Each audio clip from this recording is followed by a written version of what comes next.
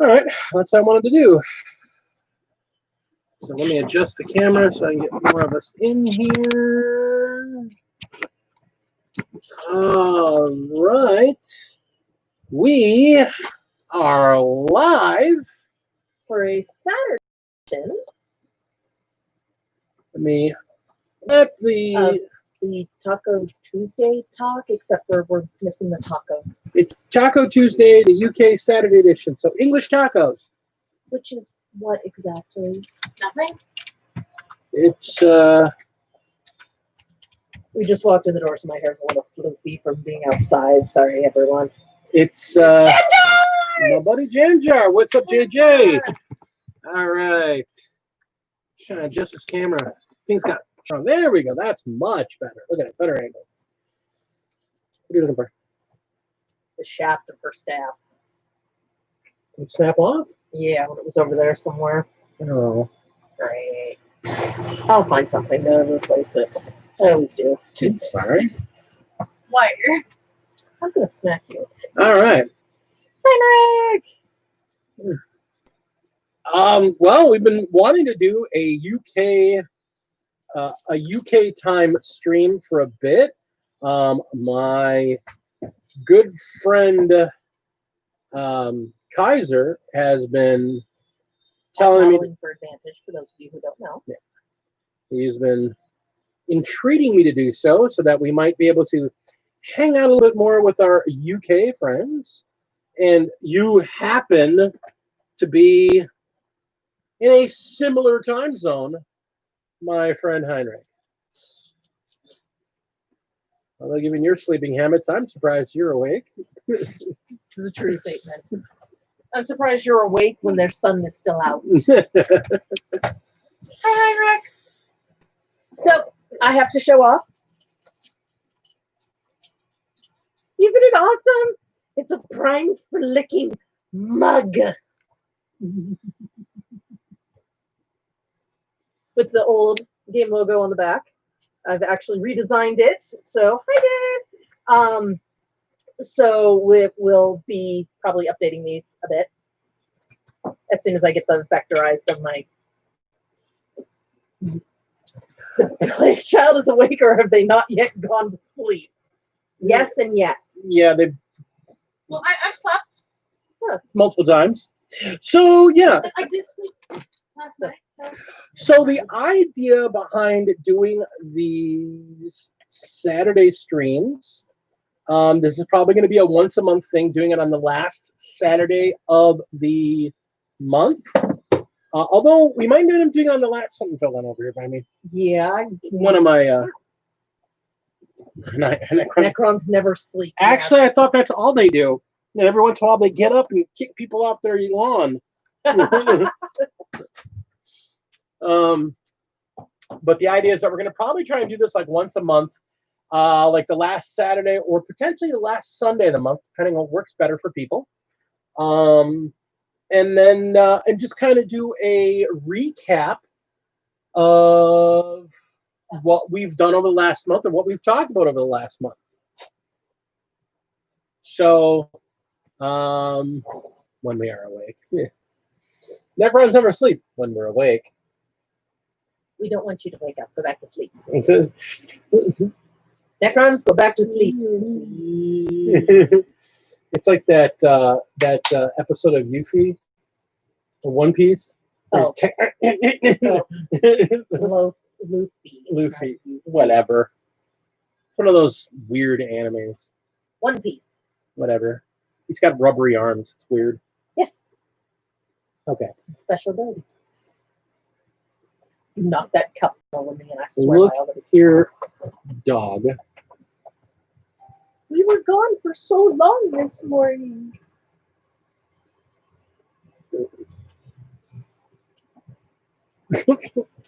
So let's start off today with apparently our producer wanting to get in close and personal with the main host. For those of you that aren't familiar with us, although most of you seem to be, this is Apollo. He's our producer. He's our big dope. And he wants to nom on people. No, very specifically him. No nomming. I'm doing a show here, dog. He wants to play. No playing. Go see the child. Go see the child. Come on. Go Come on. Go back up. Back up. Okay. He's a gigantic pit. Who And we've thinks been he's a gone this lapdog? morning. Who so- thinks he's a lapdog? He's Yeah, but hilarious. don't most big dogs. Yeah. So let's start off today's Saturday edition of Taco Tuesday. Let's talk about what we've had on the bench for the last month. Shall you go first as per the usual? All right. June has been a very busy month. We're gonna be here for a bit, folks. Get comfy. So I have so far this month painted close to 2,500 points of Custodes. I have almost finished up my Stormcast. I have like a half dozen figures left to go. I'm just having a devil of a time getting the motivation to finish them up. I mean, they're the last couple to do, and I want to paint anything but them. I don't know why. I don't know why I'm like not gelling on these Stormcasts, but I'm almost done with them. I'm working on my Space Wolves for the new Crusade campaign. This is going to be my Wolf Lord for that campaign. And I did a custom special base for him to make him look all special, because he is going to be the absolute leader and boss of my new segment of Space Wolves. If you've been watching the channel for a while, you know I love Space Wolves. They're what got me into 40K in the first place some almost 30 years ago. I literally loved them so much that the day their codex came out, I was shown it, I read it, I fell in love, and started playing the game right then and there. So I've been playing 40K since the day the Space Wolves Codex came out. That's how much I love my Space Wolves. And I've never wavered in that. I've had multiple different armies that have kind of crossed my way. I was looking at Iron Hands. I've looked at a couple different Space Marine armies. And I always end up cycling back to my Wolves. So what you gonna do? But yeah, I'm working on a new group of Wolves. I did a bunch of Sky Claws that I'm doing for them. And I'm working on a group of Grey Hunters for them right now for the power level 25 right off the bat Crusade starter thing, but power level 25.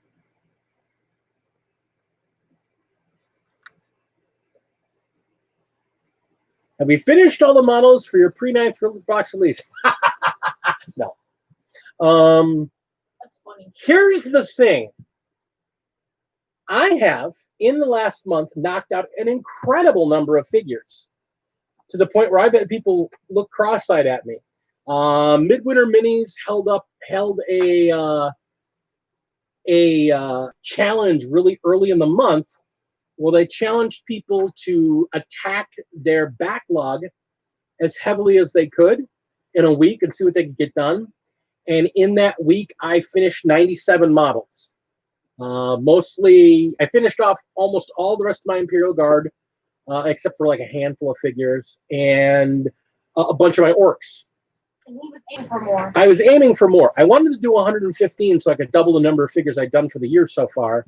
But at a minimum, I wanted to hit 100. I only did 97, which was massively disappointing. I had to take a day off from painting and building because my left eye gives me troubles at times, and it got to be really bad. So I had to literally take a day off where I couldn't sit and look at really much anything. I couldn't wear my magnifiers or anything for like a full day because it just wouldn't stop twitching. So that's me. I've done a lot of figures this month.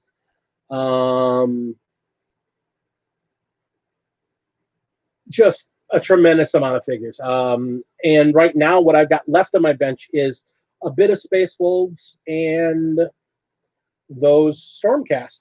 But that's in the last 5 figures I want to do for my Custodes. And then my Custodes armor will be basically complete. And then I can just start gearing up for that Indominus box. So what have you been doing lately, Dee?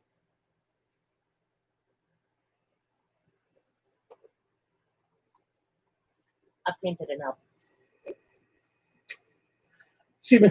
over the last month? You've done a lot over the Okay, last month. that's right. We're covering the month. Okay. All right. So in the last month, I was able to finally finish this beauty that is a present for TMP, the miniatures paintbrush, as a thank you for all of the support, advice, and love that he has given to us, not just as a channel, but as other crafters. So figure is brought to you by the Artisans Guild at 200%. She's very, very lovely. So that's the other thing. We do a lot of 3D printing. A lot of 3D printing. Let's see what else I got a set of Lust Elves from Raging Hero that I converted over into Drukari. This is actually my succubus. Part of her stand-in for her blade actually broke off on me, so I got to go through my guts box and find a replacement for that part. The unfortunate problem with the Raging Heroes, they're beautiful figures. They're very small. They're very delicate, very tiny. Let's see what else. I started working on this beautiful creature. She's really been enjoying doing these larger scale figures where we take the Raging Heroes figures. Oh, that's not actually Raging Heroes. That's another Artisans Guild. I mean, not Raging. That's what I meant. Artisans Guild. I've been taking a lot of these Artisans Guild figures and scaling them up to 200%. This one is actually a commission that was given to me by Hellworks by Hellchild. And then I have this beautiful, this is the pin-up version of their Forest Elf. For being as nude as she is, there is something very delicate without being lewd about the figure, which I really enjoy about their pin-ups, is they're not naughty in the disgusting kind of way. Here's another pin-up one. She needs to be primed. She's next on the list. She is from their newest one. She's a dancer. I absolutely adore the way this one looks, the dynamic of the pose, the movements, the realistic, shifting of her body where muscle and fat are on the sides, especially because how she's leaning. And I also love the fact that none of their girls are skinny minis. That's really nice.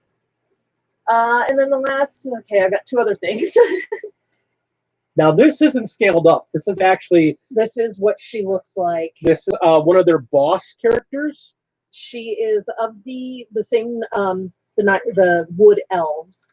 I call them night elves with leaves in their hair because that's what they remind me of, but they're really not. They're actually wooden elves. We bought an entire set of them. She's actually called Artemis. I adore it so very, very much. No, we have not gotten it yet. We're still waiting. And then the last piece I have is she can actually come off this. This one I'm actually trying not to go hog wild on, but I'm really excited about her. This is my kit bashed salamander leader.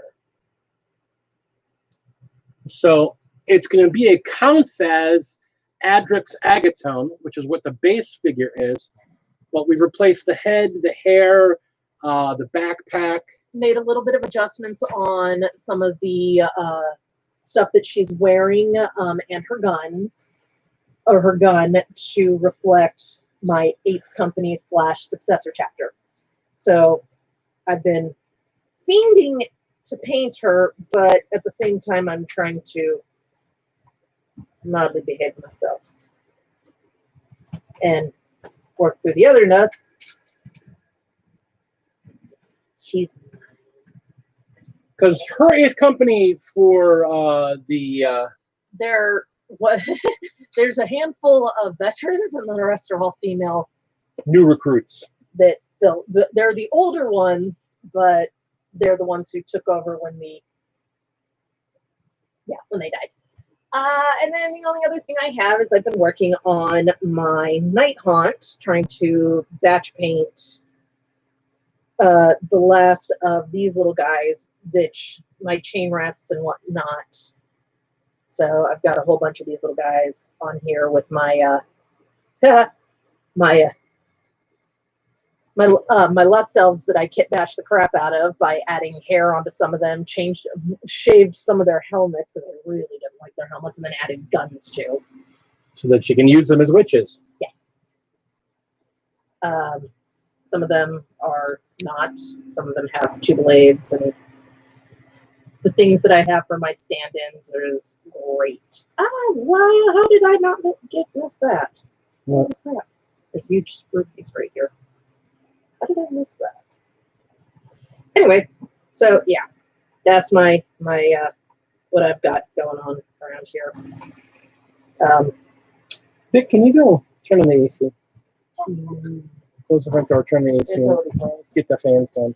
So yeah, and so as we're doing this, I'm sitting here looking at, because I still have a pile of 12 cornates over here that need to be painted. I started painting one of my cornates. This is Blood Spear. And then I have two of these guys that need to be painted. I'm going to do them in opposite colors. One's red and black, and the other one will be black and red. I thought that would be kind of funny. It's the same figure, just in different configurations. And she's going to run one as what it actually is, and one as something similar. Yeah. One's going to go as the named leader guy, and the other's just going to run as the type of that goes within that particular unit. And so I have all of those. Plus, I've got. What is that? Oh, what's that? Okay. It's the bottom of a Stormcast that I packed up. Oh, and the other thing I had, sorry, I just realized. Yeah, I've got something over here. And also for my wolves, I needed a contemptor. So he made himself a contemptor. But I think that's about all. Oh, yeah, and then there's her that I'm still slowly working my way through. Her head's done, so now I'm just working down the body, and some of these are textures I've never painted before, so I'm just taking my time on her. Where's her head? It's over there somewhere. I may be the veteran playing the game. She is a much better painter than I am. I am a serviceable painter. Keep talking. I'm just trying to find my head. It's probably over there or in your project box. You have so much junk over there I too. don't think it's in my project box. Because I never put her in the project box. Which is probably a bad thing. Well, I got your project box. I know, just keep talking. Yeah, so we keep busy. I mean, the hobby is a big part of our lives. So yeah. It's probably. So it's a big part of our lives. So we spend a lot of time doing this. But it's not the only stuff we do. To be honest, my lovely, talented artist of a wife also draws. Oh, yeah. Are you getting my chubby tiger? I'm not going to go into the full story behind it. But He's just a chubby tiger who eats a lot of people. So I think so. So she draws. Don't forget we have to pin this guy. Yeah, we got to pin it the next day or two. I'll get that taken care of. So it's been fun. Lots of fun. And then, of course, everybody, I'm not sure how many people remember me working on this guy. I finished him. I was so excited. I put him on his stand, and then he fell over and broke. Because the stand is designed like crud. So, and that's actually going to be heading with me out of town next week as I go to California to visit my family. So I will not be here. I will be here for the upcoming Tuesday talk. I will not be here for the one after that. Most likely before. So don't miss me too much. Figure it out. Yeah, I'll figure it out. Oh, I tried to spool and get back on. But Yeah, no, it's got to be pinned. That plastic doesn't stick for crap. no, it really doesn't. So yes. So that's what we got on the bench. I'm still not entirely sure where my head is, but it's probably over here. I hope so. I know it is. It's always over here. Always working on my orc stuff. Wow. Yeah, I mean, we've always got a number of things going on. So Right now, I'm trying to figure out what I want to work on. Yeah, plans for what's coming up. Let's Yes. see. You're trying to finish up your Drukari because you're trying to get really ready for. Oh, I'm never going to be able to finish that Drukari in time unless I put a full stop on everything else. Right, but I mean, you're trying to get so you can get kind of up to speed for 9th. You need 1 squad. You'll be fine. You start off at 500 points. You got 500 points. I thought I had 500 points. We just needed my succubus. Yeah, you need a succubus done. You need a succubus done. There she is. Is she done? Almost. And then I have my 500 points. Don't you have like 3 succubuses then? Yes, and one of them I don't like. But I'm not willing. She was the first succubus I painted. She was part of the first round. I'm not particularly keen on the way she looks, but, you know, live and learn. That's why I'm not stripping her and painting her again. She's already been stripped and repainted once. So I'm not doing it again. And then I have 2 more succubuses after that, because I have the metal one that the Commodore bought me. And this one. No, you only have 3. No. I was saying how many I have altogether, because I have the one that's already built. I have that one melted. And then I have the one that we bought. And then there's the metal one. And then this was my stand-in for the one that I don't particularly care about. So you're going to have 4 succubuses. I can always melt down the one I don't like. You know, it's pretty easy. You stick her, you put her in a small cup or plastic or something that's, and then you take the cement glue and then give it 3 days. Give it 3 days. So seriously, give it 3 days. And then she'll be this pile of grossness that he can use it for a. Now, on the other hand, once I get caught up with all the other stuff I'm doing, he'll be caught up with this shit long before me. Fabulous Bill. I am so excited.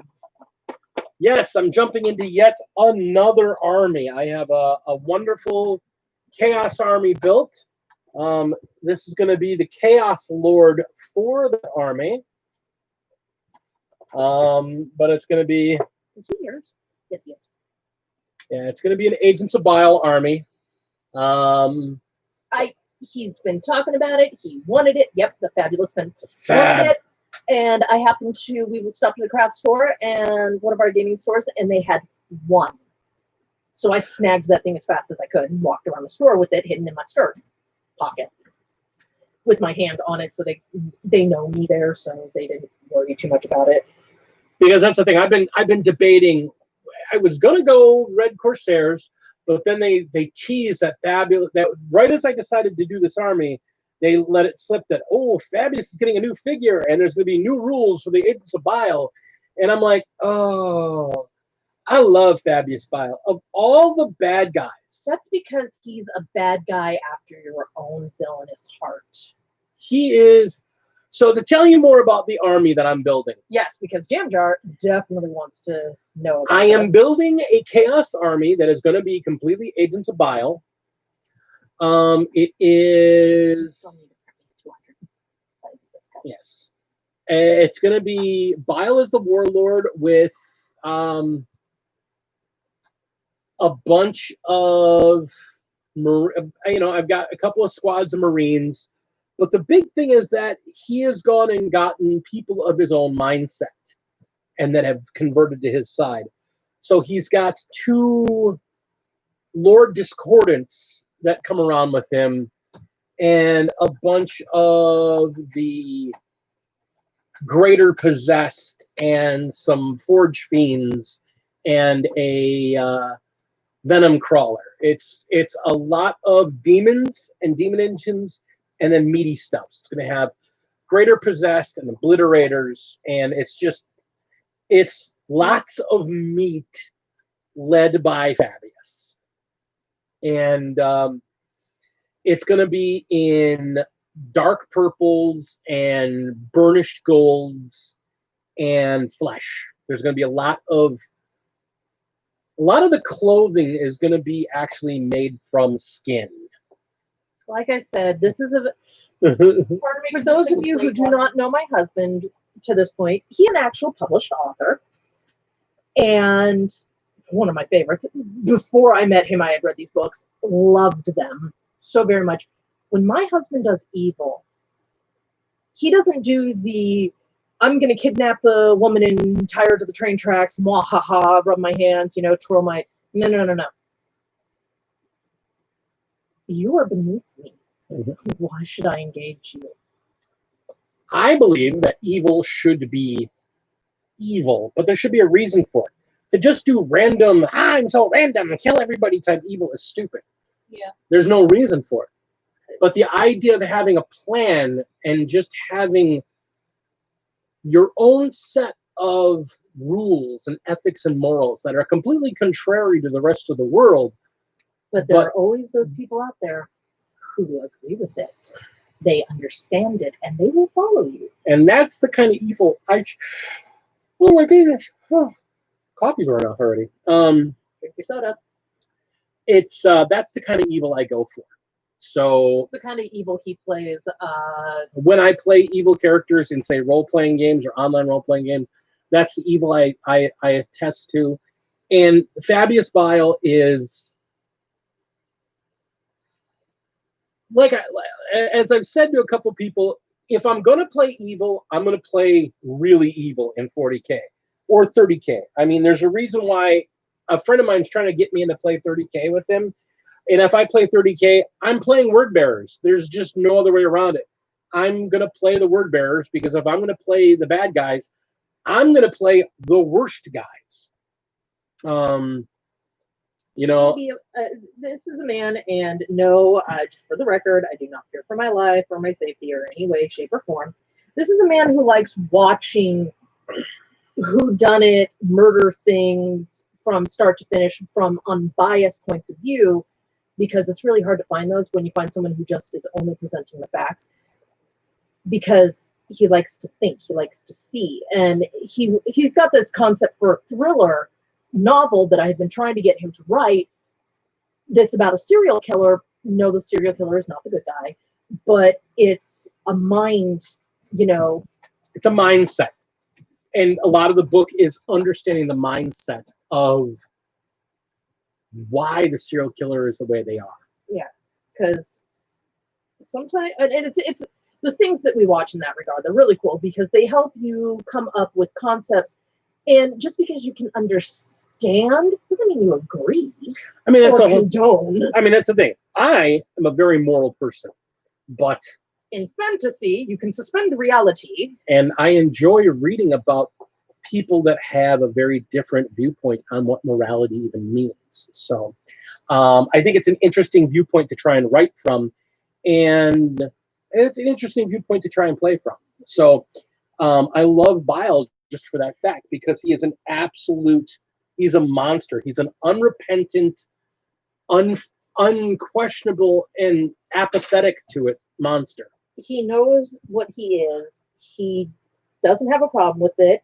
This man is so bad that even demons are afraid of him. So I like Bile. And not because he can kill them, it's because of what he'll do to them. He can do worse to them than they will beg for death by the time he's so the idea of playing this guy as a figure on the tabletop, especially after seeing what he can do on the tabletop, I just love the idea. So all about it. It's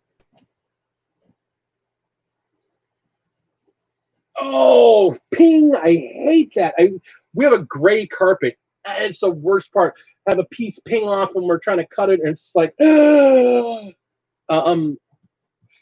was putting together this guy, and I lost a foot, and it took me. I was on the ground, crawling around on the floor for like an hour. I would also like to point out that the language that was coming out of him was turning this air around him blue. Trying to find a gray foot on gray carpet. It helps when your child is around. And it was mildly dark, even with all the lights on. I had to just get there with a flashlight and lay down and just kind of lay to see if something fast as shadow. There have been times we've lost really tiny things. Heads. Yeah. Hands, small bits of weapons. piece of a gun. There's a whole reason why we have the large bits boxes that we do, is because you never know when something's going to get lost. Yeah, well, like my Necrons, they're pretty much most of the bits are really tiny. Yeah. And because it's meant to, it's just the way they are. And there'll be times I'll drop something because I'll be taking out this book and it'll pop away, and I'll spend a little bit looking for it, and be like, what? But there'll be times that Dad loses things, and then like it's like, find it, lad. And then there's me who went, well, shit, I just lost one of my elves' arms. Well, I guess this one's armless. She's missing an arm. Honey, what? She'll be fine. She's got a gun. What size are the arms? Attach the gun to the No. Her gun arm was fine. I lost her blade hand. So I was like, okay. She got a gun. Just like, I had to print extra arms. yeah.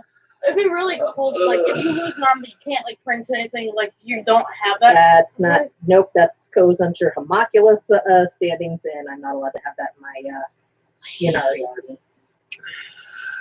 army. So we got a lot going on. So with 9th edition, we are... Let's talk about that event. We are hyped for 9th. Are we hyped for 9th? Yes. We are hyped for 9th. There is a battle report that will be coming out of the two of us playing for the Marine half of this book or box, because I want to start my salamanders. They're melee. They're melee Marines. I want them for my wolves. Yeah, I've done that too. Punch from your stomach. You know, that is one half of the worst part. The other one that is the worst is I'll clip something and it falls out of my hands and I hear it hit the bottom shelf of the table. I hear it hit that and then no second bounce. Did it go into a box? Did it land on a piece of cloth? Did it bounce off and back onto the carpet? Oh God, where did it go? There'll be times I'll be looking for something forever, like looking on the floor, because I heard it hit the floor. And then I get up and I look for it again, and I see that it's not on the carpet anymore. It was then on the shelf. Yeah. Or it instead fallen on the floor in something. It entertains me listening to these guys, because I'm kind of a... The worst part is when I'm sitting down and I'm doing it, and it falls, and I think I hear it. I go on the ground, I look for it, and then I get back up after spending so much time looking for it, and it's on my chair. Oh. It is warm. Yeah. Oh, yeah. Thanks. It's a lot more than I expected. Heat wave here in Wisconsin. It's actually being summer-like. It hasn't been summer-like very much this year. Actually, most of the summer's been pretty hot. Not really. Really, for a good chunk. Just I think it's the heat that's making me sleepy. Jeez. So 9th, I mean, I'm always sleepy. bikes. The primary spikes look great. Gosh, 4 wounds. 4 wounds. I mean, the bikes look great. The Primaris chainsaw wielding psychopaths look great. Necrons. The shields are amazing. The Necron stuff, I mean, as a Necron player in the house, very hyped for all the things that they've shown that's going to be more than just in the box. Yeah, I was pretty much squealing over the trailer. Yeah, when I saw the Necrons. It's going to be crazy. It's just so much good. Kill them. But that leads back into everything in Psychic Awakening, since they're saying Psychic Awakening and most of the stuff out of 8th, except for the rules changes, is going to be compatible. And I mean, the Psychic Awakening stuff, like War of the Spider, which is the last one they've released, I mean, for Death Guard are looking, I mean, as I'm a primary Death Guard player too, they got so many more good things going on for them now. I mean, it really looks like they're trying to make this game more accessible, and yet, yeah, more accessible, and yet at the same time a little bit more complicated, which I don't mind. I don't mind a little bit more complication. I don't mind it being a little bit more complicated. I mean, The one argument you could say about 8th is that they simplified it maybe a little too much. But I mean, that's the biggest complaint I've heard people say about 8th is that it's a little too simplified. We have a whole bunch of those snow peas in the fridge. Okay, one less now. Go ahead. Continue. So I don't mind them adding on. This is a Mexican cucumber. Oh, What a sourdough. What the heck? sorry, we have a. The Kender has a huge garden in the backyard. It looks like a mini watermelon. Like a watermelon bean. It's supposed to be a mix between a watermelon and a cucumber. It's a watermelon bean. So it's weird. I'm gonna try one and yeah. I want to see if anybody else wants to try. All new list for Necrons. I mean, they're just getting so much new stuff. I mean, so much new stuff. I mean, Necron players, yeah, I feel for you. You're going to be, but it's not going to be any better. Marines are getting all new stuff too. So having 2 Marine players in the house now, that's going to be crazy.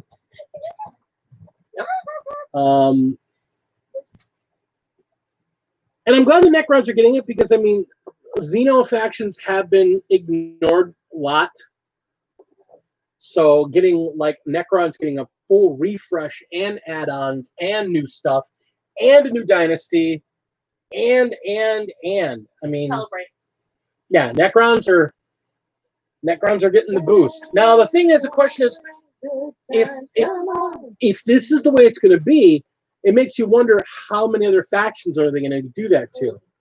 I mean, they're not going to do it to the elves. The elves just got a bunch of new stuff, but they'll probably get a lot more of their stuff converted out of Finecast. But an AdMech just got with Engine War. What are we talking about? We're talking about my elf. Go back to what you're talking about.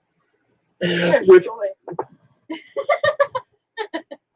welcome to the stream. Get out. Pay attention to them, please, not us. Yeah, pay attention to them, not that. You're the one talking. I'm trying to have a conversation with the other people in this room about stuff. But, you know. I thought you were trying to have a conversation with the people in the chat. I'll put input in. I'll put input in. This is what you guys in the UK miss on Tuesdays. I was giving him shit. No respect. I respect you. Just don't care. I mean, AdMech with Engine War just got a massive influx, and they've gotten over this last edition. They've got so many new models. If you play AdMech, I'm excited for you. I like everyone getting lots of everything they want. So I'm a Marine player and I'm a Death Guard player, but I don't want to be the only guy that gets good stuff. Tyranids. He likes it when evil becomes scarier. Here's the thing about Tyranids. Considering how bad their last 3 big box sets have been, that would be great. Their Apocalypse box was terrible. I've heard their Battle Force box was okay. And then they had another box a year or 2 back that was okay, but it's just lots of repackaging of the same figures. Tyranids could use a nice refresh, considering out of everybody that got something for the Psychic Awakening, the Tyranids, their book was okay.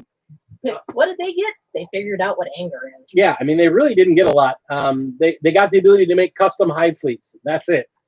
I mean, that's something, but they have no new figures. And they've got some really bad figures too, some ugly looking figures. They got some of the ugliest, in my opinion.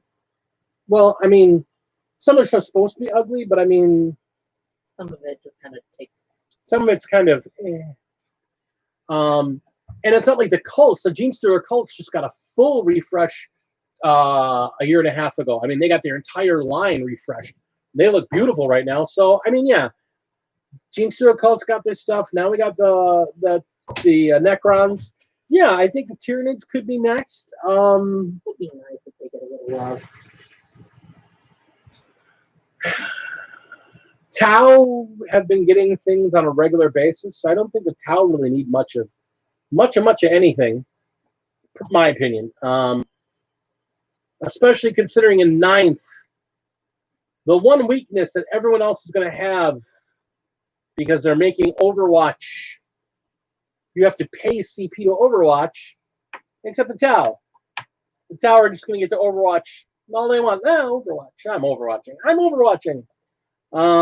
That's going to shoot. That's an Overwatch. Yeah. That's going to be their whole thing. They're the Overwatch army. So Somebody asked for my name. great, thanks. Cool. Very nice.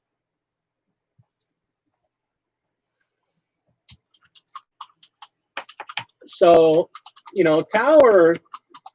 I think Tower are going to be just fine. Although now that they're doing this whole thing, see, that's the thing.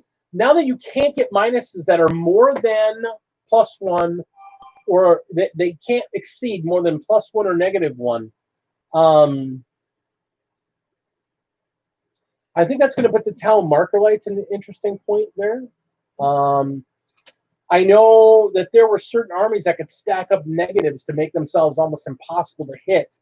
I know the Eldar had a thing where they could get like a -3 totally hit for certain units.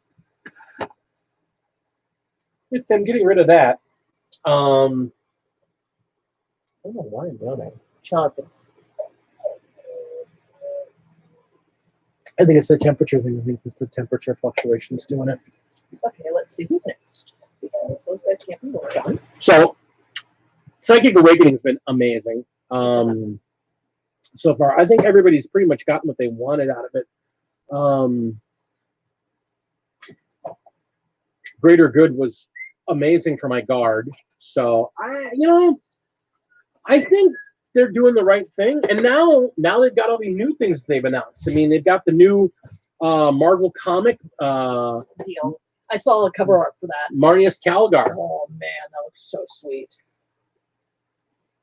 It had to be Ultramarines. Of course it had to be Ultramarines. It had to be Ultramarines. Ultramarines. Maybe if we make... Was it too much to want a Space Wolves comic book? Give them They give better stories. They're all about their story. Marnius Calgar. I have 2 power fists, and I am angry. I am the angriest Ultramarine ever. Whatever. He picks up freaking Necron pylons and hits people with them. Come on. Very specifically the Necrons. I don't hate on the Ultramarines, though. I mean... Nah, we like to give them shit, but... Because, Honestly... we could always try and write our own. He knows how to do blocking. Here's the thing. I think the Space Wolves would make for a good comic because within their lore, they're all about the stories that get told. Heroic epics. I mean, I would love to see, and this is biased, I'm going to fully admit this is biased, because my favorite character, my favorite story of anybody in all of 40K is Bjorn the Fell-Handed. The young man that fought in the Horus Heresy, and when Russ left to go on his quest, Whatever it may be. that he left the young man, the youngest of his personal retinue, to watch over his wolves.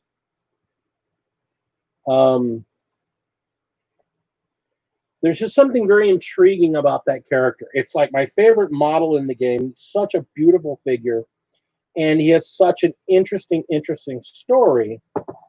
And then when he was finally taken down and they had to inter him into a dreadnought, it's funny because if you read the story,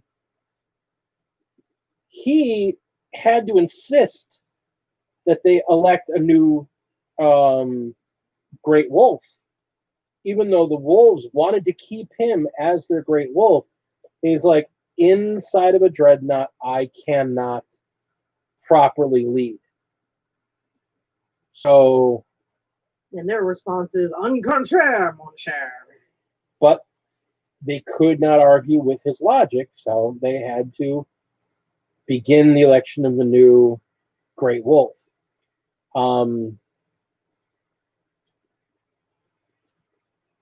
But he's such an interesting character, and I love Bjorn. I am looking forward to. I am looking forward to Marius's Calgar's comic. I'm looking forward to it as well. Just the fact that 40K is going to, they're working with a mainstream publisher to get actual comics made by mainstream comic artists with high production value. I mean, you can say what you want about 40K. I'm just looking forward to seeing if they explain why the hell the Ultramarines seem to never be able to actually lose. Well, and why, I mean, it's like you listen to these stories of what the Ultramarines do, and it's like, how the hell did you idiots pull that off? There's no way you guys should have worked through that, and yet you did. Well, How? again, the biggest thing to remember is that every piece of fiction is considered to have an unreliable narrator, because everything is supposed to be told from the point of this is potentially imperial propaganda. Except that they make the comment that with them, No, they lose quite a lot in horse heresy. they do. They lose a lot in horse heresy. And apparently something happened after that where they just can't seem to lose. Or maybe, you know what I think it is? I think it's because they just have so damn many of them. They just kind of keep throwing people in the pile. Aha! It's like the witches. Just add more people into the pile. The person will die eventually. You only have so much blood in your body, and you can be stabbed so many times. Which, by the way, I'm looking forward to come the 9th edition rules when I found out what my witches can now do. Yeah, the fact that they make it harder to break away. Yeah, the fact that it looks like they're going to have breakaway rules like they used to have back in the day. Once you get into melee, if you can't just I'm out of combat again. It doesn't work that way anymore. I'm kind of looking forward to that. I'm actually looking forward to that a lot. Because, I mean, for the Wolves, that's a huge buff. Because, I mean, as Wolves, that's our whole goal. We want to get you up in melee. We want to get friendly with you. How are you? How you doing? Good to see you. I'm going to throw a fat tiger at them. Yeah. And the tiger's just going to roll because he's so fat he can't run anymore. Ew, what the hell is that thing? Lord Discordant. It has tentacles. No, that's its tail. Scorpion tail. The 6 legs are over there. It's a bug. It's a mechanical bug.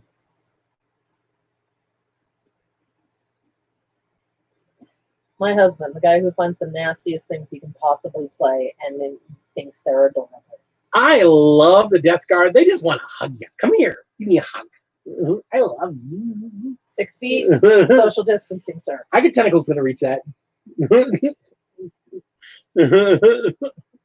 Hold up, I thought I was fighting Gurgle, not Slanesh. Oh, now that'd be fun to do. Oh, yeah, don't get me started. I'm just I love Chaos so much. I mean, when I first got into the game and I was playing fantasy, I wanted to do a Slaneshi army so bad. And I still kind of do. I really want to get a box and do the Hedonites for Age of Sigmar, because I just love Slanesh.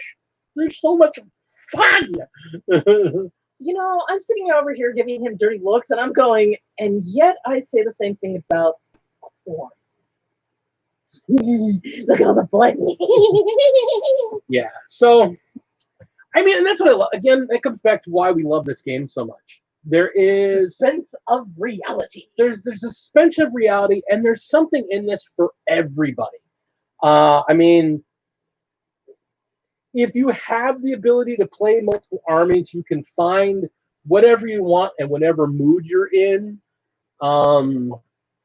It's such a great hobby. I mean, it is really just such a great hobby. I love. I'm dancing. What are you doing now? Maybe the base coat of her armor. It's warp green. Or warp lightning. You're gonna do it. You're gonna do it in contrast. You haven't done any of the shading yet. I tried doing that with this one, and that's how her staff broke. That one's a lot firmer. All right, I'll give it a go. Where's my spring gray? There it is. You might want to mount her on a disc. No, I'm not picky. You don't have to. You can do what you want. Whatever. You do what you want. Say you do you. That one's might be better. This one's. Yeah, I gotta redo that one. So I got this for you.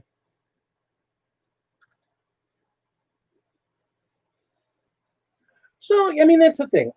This hobby really has so much for it. I mean, between Age of Sigmar and 40K, I mean, Mythos is a perfect example. My buddy Mythos. I mean, he loves his Space Wolves, very obviously, Frost and Fist. But He I've also been, moves his white scars. yeah, but you've been looking at what he does with his White Scouts, and it's just such a great, dynamic-looking army. And yet, last night he was doing a show, like a mini showcase, and he's going to be doing one on his AdMech, which he did in a really unique color. His AdMech's all purple. Oh yeah, I remember that. Yeah, I mean, and that's the whole thing. It's like you can do multiple things to get multiple really good looks out of whatever you want to do. My Space Wolves. I mean, I love my Space Wolves. I absolutely love my Space Wolves. But my Imperial Guard and the lore and the storyline behind my Imperial Guard, the fact that I have a name for their regiment and a history of their regiment for an army that nobody's going to care that about because they're just bodies. But the whole idea that, you know, my 347th Cadian Irregulars, you know, my Cadians are the 347th Cadian Irregulars. They are a mechanized unit that relies on lots of vehicles and very rapid attack and very rapid deployment. Ultra rapid deployment. They use lots of Chimeras and Hellhounds and Layman Rust tanks, and that's their thing. They want to rapidly move in, wipe the table, and then move on. Are you going to be using this part of the base or no? I haven't decided yet. Okay. Oh, I figured out what these pieces are for. What? They go on the sides right here. Yeah, you said you didn't want to use them because they didn't look right. Yeah, but I'm gonna have to cut part of them out because the hoses. You're going to make me look because I don't even know what you're talking about. Okay, so excuse us for a moment. I found a design flaw in my thing. Okay, you see how the hoses on her chest piece? They kind of cut off. Yeah, that's fine. You think so? Yeah. Because I was just going to cut those hoses out, cut the hoses off of those, and then stick them in there so that she doesn't have those stupid plates on the sides. Is this armor supposed to be Gravis armor? Because I think if it's supposed to be Gravis armor, you need the plates. Why? What's the Gravis armor? That's the Terminator level armor. So yeah, it's the really super powerful stuff. So I have to have those? You don't have to have them, but that's why they have the plates to represent the fact that she's in super bulky, high density armor. Well, it looks like super bulky, high density armor anyway, because there's a woman who's not very thick. Well, not male size thickness in there. I don't think you need to worry about it though. No, I was just going to cut off get the tubes in there. Just so that, because they go and then they. You're gonna have to reprime it then, because it's already been primed once. Or I can just prime those two pieces. Well, you're gonna have to, but you got to glue them in place, then prime them. Either way. Yeah, fuck it then. I wouldn't worry about it. I'm not. I don't think anybody's gonna notice, honestly. Okay. Until you point it out, I would have never noticed. Okay. That being said, continue with your stream. So yeah, I mean, and then you look at my orcs. My orcs are. When you look at orcs are supposed to be, you know, as they get older, they get darker skinned. Nah, that's lame. And goblins or Gretchen are supposed to be kind of a weaker color. Nah, I did all my orcs and all my Gretchen in the same recipe for skin, and it's bright because I want, and their colors are bright. I actually have them looking almost primary colors because I want these guys to look like video game characters. I wanted the style I went with them is they look like World of Warcraft orcs. So they're bright green. I used Warp Lightning as the base coat, the contrast Warp Lightning as their base skin tone, and then worked from there. And then because they're Death Skulls, blue is their main color, and I used a very bright primary blue. I used flat blue from Vallejo as their blue. Until he discovered until I discovered the contrast. There's a blue contrast. Oh, it's pretty. It's bright, but it's gorgeous. It looks really good on them. And again, it goes with the aesthetic I'm going for them, which is bright primary colors. But that's okay because it's my army, so I can make it look the way I want. Mythos is doing kind of the same thing. He's like, yeah, I know the older ones are supposed to have a darker green, but I kind of like this bright green, and you just keep him with his. And he's using the P3. I forget the name of the green, but it's a really bright green for him as the secondary highlight. He's using. It's a really nice color combo, and it looks great. It's nice and bright. I think they look great. I think because he's doing black and white since they're goths, I think that's a really beautiful contrast. And he's making their necrotite green. That's it, necrotite green. It's a really, really bright, beautiful, bright color combination. And again, you go back to the whole idea. It's your army. And I love the fact that the game supports that. It's your army. You paint them how you want. You don't have to paint things. Dude, seriously, I love your paint work. I love the stuff you do. And it's the thing. I like the fact that the game supports paint things your way. Paint the way you want. Make your figures yours. The rules support you being whatever the heck you want. My Space Wolves, I love the eggshell blue the Space Wolves normally are. But it was funny because I was doing my Wolf Lord and I wanted him to be an old grizzled Space Wolf.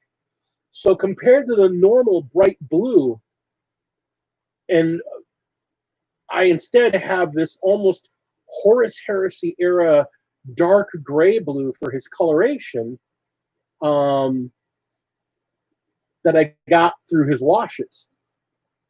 And it's going to fit. And a lot of his newer guys are going to be brighter blue.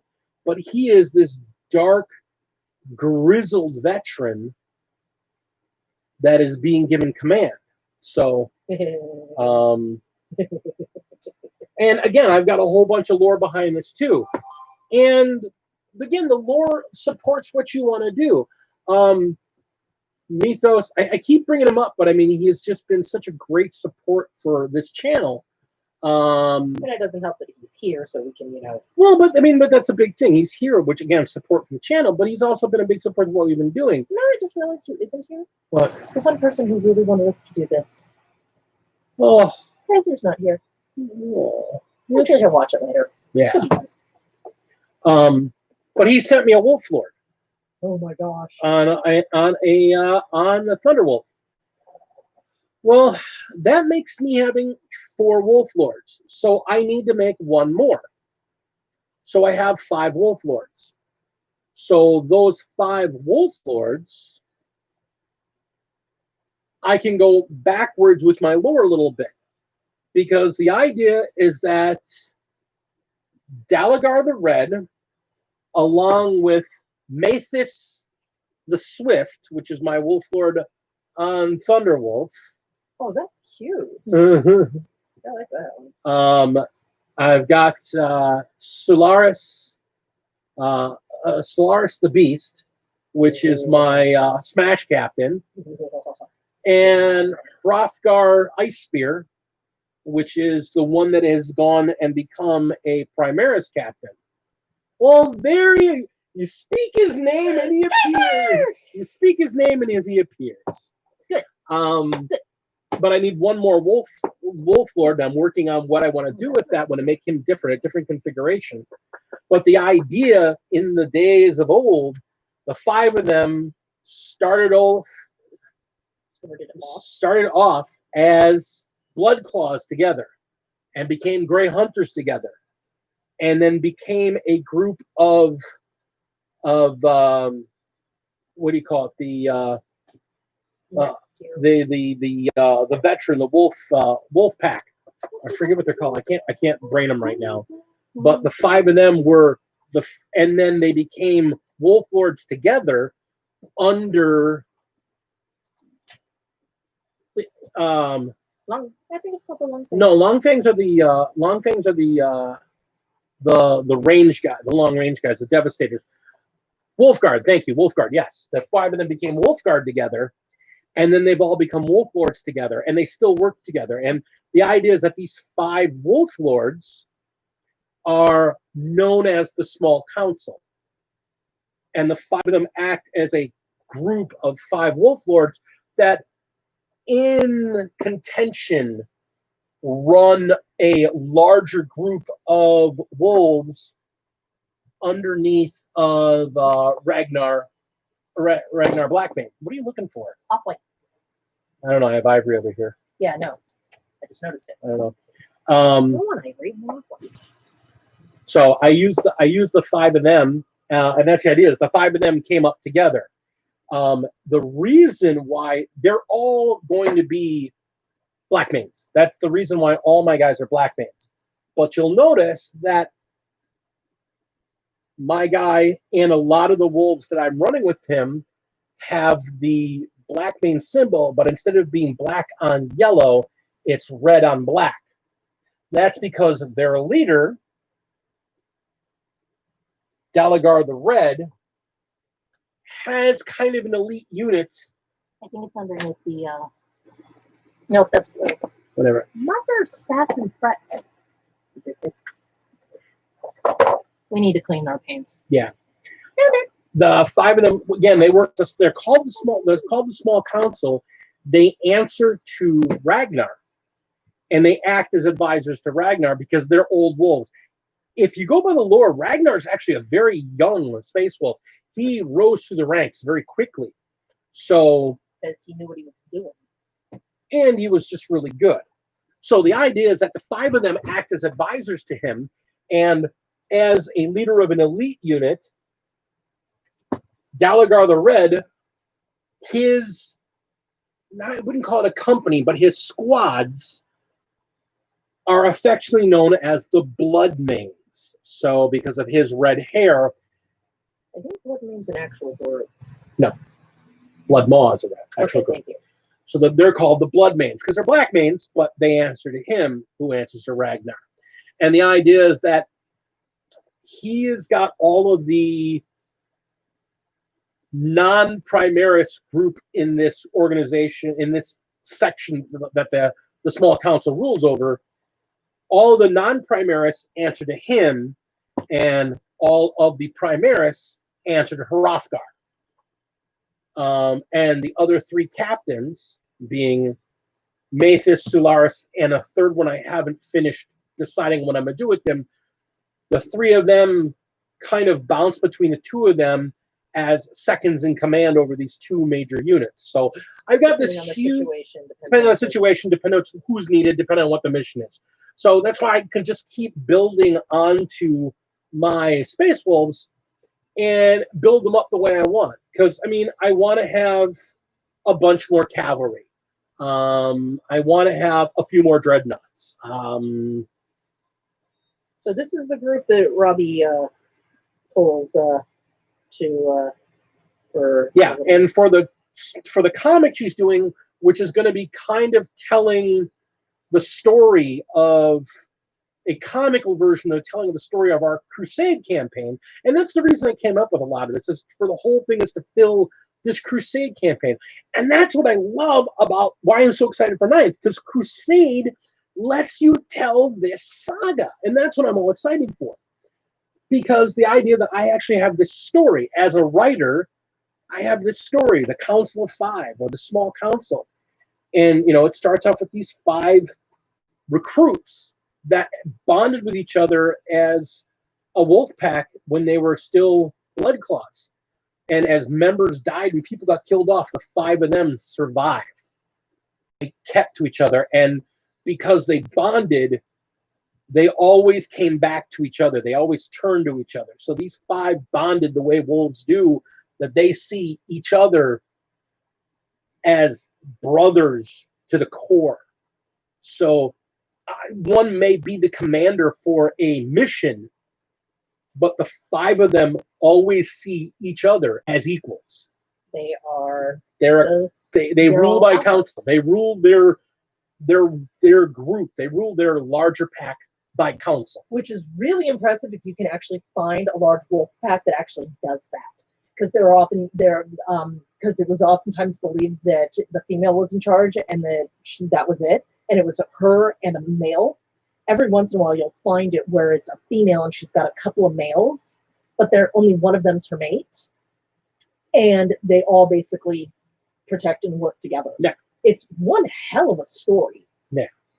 So this is what I mean. This is what This is what they're going to allow, and this is how the story for Crusades. I mean, as far as they made it sound, this is how Crusades going to work. So you can tell their story. So yeah, Dalagar and Mathis and Solaris and Hrothgar. I've got to figure out what I want to do for the 5th one, because I've got a Smash Captain, I've got one on a Thunderwolf, I've got a normal one on foot, I've got a Primaris in Gravis. You have a so. But I have 2 other Primaris Captains. I have the other 2 configurations, so I have to figure out. One of them's got a Power of Fist and the Plasma, so that'll probably be the 5th member of the Council of 5. But I haven't really thought of his character much, so I have to figure that out. Should be blood.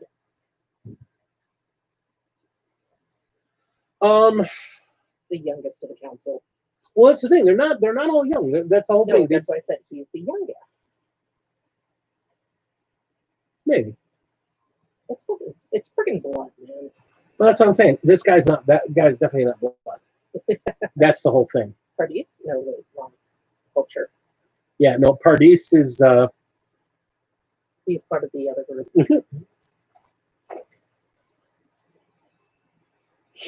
Remember, I'm having the group I'm having, my Chaos dudes. No, it's not a librarian. It's 5 wolf lords. It's 5 wolf lords. They have a librarian. We don't have librarians. We have rune priests, and I have 3 rune priests. I have a. Who's supposed to get Arcator? Who gets Akator? Yeah, the sisters that are the daughters of Russ. Remember, Akator and Donna the Noble rule over. Yeah, but those are Imperial Guard, right? Yeah. I figured you were going to actually take that name and turn that into your primary librarian for your. Probably. Very likely, and I'll probably put Donna and Noble in as a salamander because that won't be scary. By the way, hi Commodore! Can't wait to see you guys later. Yeah. So, I mean, that's the thing. Like I said, there's a lot of fluff involved, and that's why I like Crusade, because Crusade's going to support and enhance fluff, which I dig. I dig that a lot. I think it's really cool that they're, doing something like that to support those of us who enjoy that portion of the game. Well, I mean, that's the thing. D&D has gotten massively popular over the last couple of years. I mean, it's jumped in popularity massively. Again, I have made it and promised not to introduce my child into any more of my games so that my mother does not have to afford them.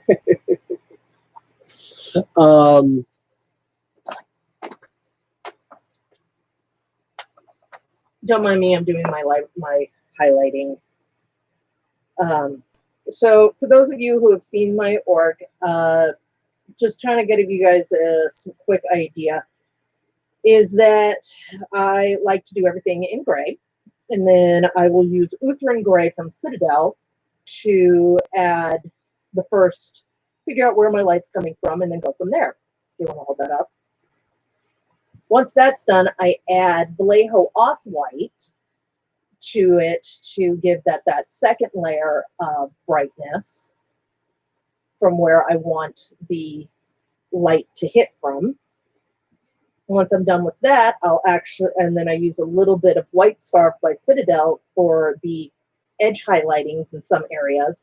And then I will actually go over this entire thing with a coat of Nuln Oil, and then go back and do Off-White and a White Scar to pick up on little things that need to be a little bit brighter as needed.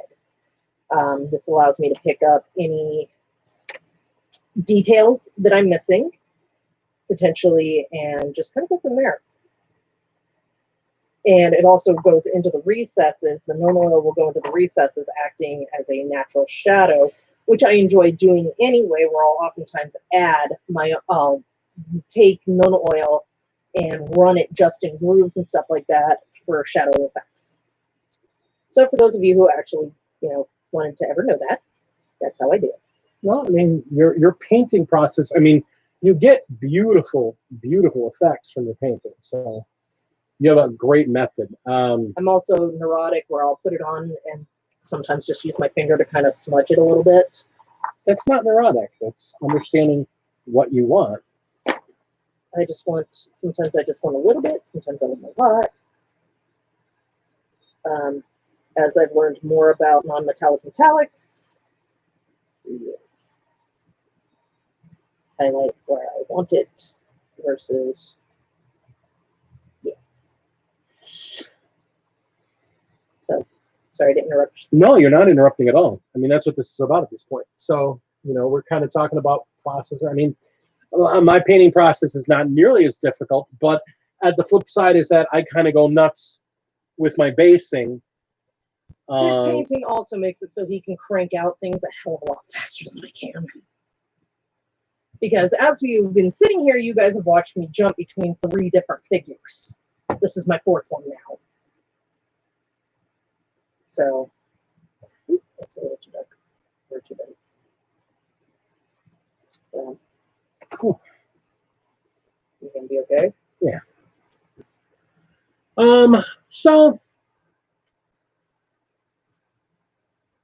I've been going over a lot of the faction focus coming up for 9th, and looking at what the big points coming up as. The fact that the Drakari are going to be hard to break away from, and really love to get in the melee, will really support what she's done with her army. Because she's going to be great until all the dice fail me, and you just see a bunch of 1s, 2s, 1 and 2s. We're going to get really close, and we're going to give you a 3 and a bunch of 1s. That's my rolling. Freak and I, yeah. Love you, darling. Whoa, hi, who's down here? Malal is. Malal? Yeah, she's right down next to my arm. The producer and the producer were checking in. Yes. I have got to clean my brushes after the show today. Yeah, well. Yes, important tip. You'll hear this from Midwinter Minis, but probably take care of your brushes, people. Take better care of your brushes. Heinrich Klopfer gave us a wonderful tutorial on how to do it with watered down isopropyl alcohol or hydrogen peroxide. Isopropyl alcohol. And it works very similar. I went out and bought myself some brush soap called Pink Stuff. I've heard really good things from, I think Hoovertown Hobbies uses it. But you got to be really careful, because this one here, we have to throw his brushes away frequently because he's like, glop. No, I used to be like that. I've actually been doing a lot better with that. I've been trying to clean them up more. Right. I will tell you, though. Where is it? What What are you looking for? That can. There was a metal can that was right here. What, this one? Yes. This stuff. He loves it. He hates it. This stuff. Where's one stuff? Do you have it? Oh, my goodness. How much Prince do we have left? There's another bottle. Did you buy a second bottle? Yeah, you know we did. No. Look. I wouldn't know because unfortunately Kaiser asks if the pink stuff is better than Master's brush soap. Master's brush stuff is the stuff we were using, the stuff in the tin. I never used any of it. It's easier to use because it's more of a liquid. You don't have to work up a foam with it. It's all about what you're comfortable with. I don't use either. I actually use a combination of isopropyl alcohol and acetone. Yeah, we used to have these little. Hold on, I got them. One right over here. We have a bunch of these little guys. Ignore what's in there. That we would fill up. We also have some that have these ones left over from our wedding.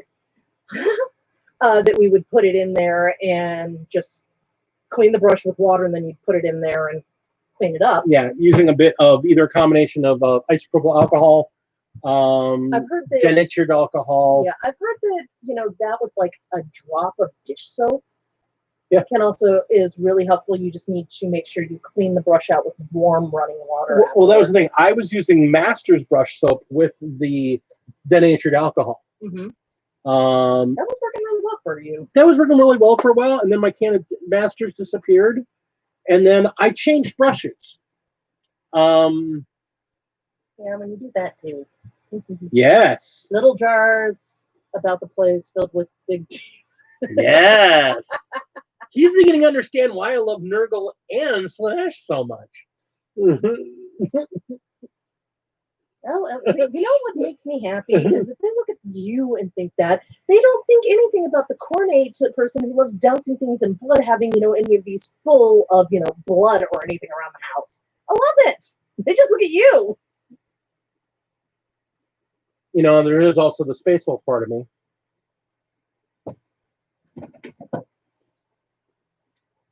Sideshow ownership. Because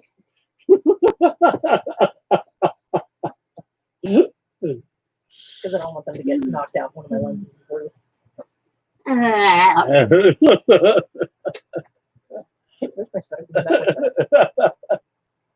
I know, I'm salty. Very.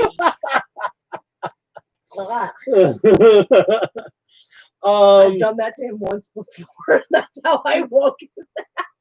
She woke me up from sleep doing that once. It was traumatic, to say the least. I had been laying there, with my head right here, just staring at his face, the way cats do. And I started smacking him in the face. And he still didn't wake up, so he has sleep apnea. So he pulled the respirator up and just kind of cracked one eye and looked at me and then closed it. And I sat there for a minute, and he still didn't get up. So I licked him. He got me back later. It was traumatic. That's all I'm going to tell you is he got me back later, and all I could say was, "What is the matter with you?"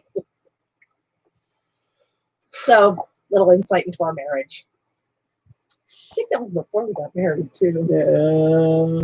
Not very long. Yeah, it was right on the cusp there. I haven't done it in 3 years. That's all I can tell you. This is the first time in 3 years. So I come for the drawings of 3 free pins.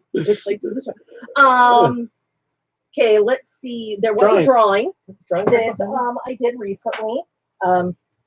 Long story short, I'm playing this app game, and I am known as the lady who feeds tigers, feeds people to tigers. So I drew my tiger, and he's very fat because he eats a lot. His name is Harpo too. So isn't he adorable? I love it. I'll be inking him in and putting him actually up on thing.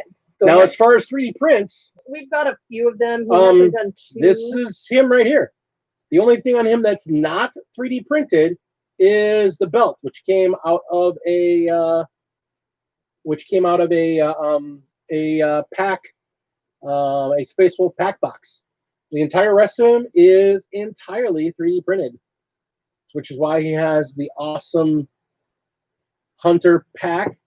He has the custom axe design. Like to bounce. The tiger. Kitty? Yes, of course he does. He bounces and then he drops on people because he can't really bounce. Because he's a fat tiger. Oh my gosh. And I wish I was making that up, folks. I actually found a picture of a tiger in China that I took that from because I know how to do cartoonish tigers. I wanted to do something a little bit more unique. So thank you, Mythos. So he'll actually, once I have him cleaned up and inked, he'll actually be up on my Instagram later. So yeah, let's see. So the axe that he is wielding was custom designed by my wife. The shield You can find that on 3D Cult. 3D Cults, yep. The shield that he has, that is a print, as is the backpack, as is the entire body. I believe the shield was a custom, it was an edited from somebody else's. It's a round shield that somebody designed for the Space Wolves, and then the shoulder pad. There was Ragnar used to have the one wolf head shoulder pad. Somebody designed it as a printable piece, and I figured out a way to mold it into the shield so that the wolf head's right on the shield. Heinrich Botha did take it and edit it just a little bit because the original shield had the Aquila wings on it. No, that's the skull ones. I've got those separately. Those are okay. I'm going to use those for my. I'm going to use those for the next set of Thunderwolf Cavalry. I'm going to do. Nice, but yeah, the axe was designed by me, but rendered by Heinrich Botha. Yeah. Got to give credit where credit is due. And that's the thing. It's funny because a lot of people think that, oh, you got a 3D printer, you're not going to be buying any more figures. I've bought more last week than I've bought in a month or two now. We have some extra funds. Yeah, we had some extra funds, but I mean, I bought Fabius. I bought Valerius and what's her face? Valerian and Alita, the Black Library 2020 Custodes Shield Captain and Sister of Silence. And I picked up the Trajan Valoris. So I mean, I needed those guys to really fill out my Custodes army. But I am printing all my Custodes bases so they have matching bases. So I've created this in the software. I've created this base that's like this marbling effect that I've painted on there, but they're supposed to be just tiling with Aquilas on them. The entire army is on this variation of base, and I've stretched it and moved it to make it so it can fit any size figure. Let's see. The only other prints is I have two new big ones that my darling husband gave me. One is the pinup dancer for this month from Artisans Guild. I have actually seen somebody do that. I'm not gonna lie. There was, and then there's my other one. There was a very serious thought to doing my Agents of Bile with his purple, because he only has a little bit of armor showing. He just has the legs and the arm showing armor. The rest of it's in the leather jacket. That's not leather. It's leather. That's special leather. It's people leather, but it's leather.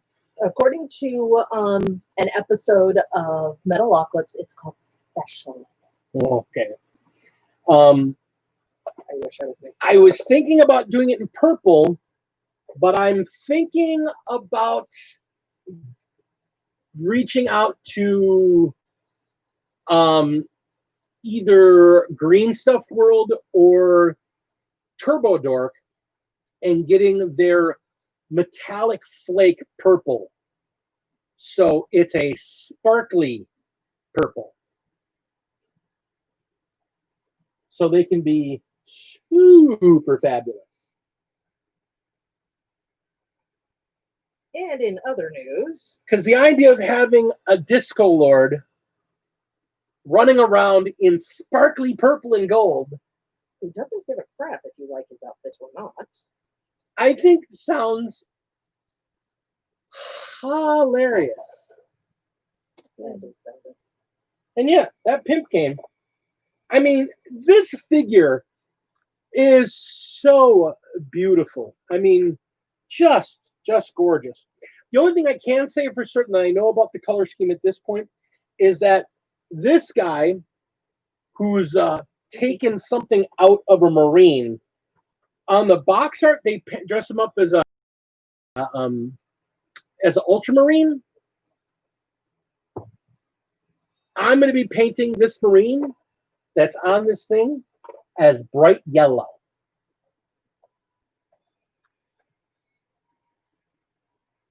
What? It's not a salamander. Bright yellow. Oh, okay, never mind. Oh yeah, dude. Gimpy the Acolyte. That's his boy. That's his boy. I almost kind of want to put. I want a 3D print on him instead of him just sitting there like he is. I want a 3D print a chain coming off of him. You know, we have chain. So that I can actually have, you know, Fabius walk his boy around. La, la, la, la, la, la, la, la. City basement. Oh, Yeah. it's terrible. Well, it's even worse because I found a bunch of prints that somebody did of what are called the Palatine blades. They're basically Emperor's children, but there are some elite members of them, and they are fabulous. So the idea of using them for my Chaos Marines and just have fabulous Bill walking around with a bunch of just fabulous boys. Yeah, one of them actually has this pose where he's casting a spell and he's just like, and the I problem just want to see them now. well, and the problem is you got to see the they have one of the Dark Acolyte, which has these two assistants. Yeah, you know, that's the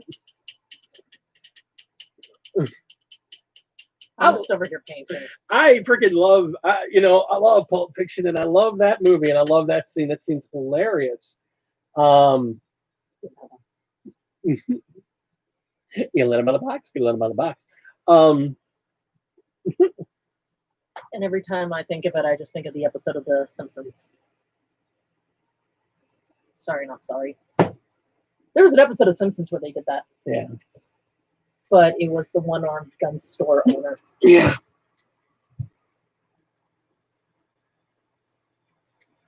Okay.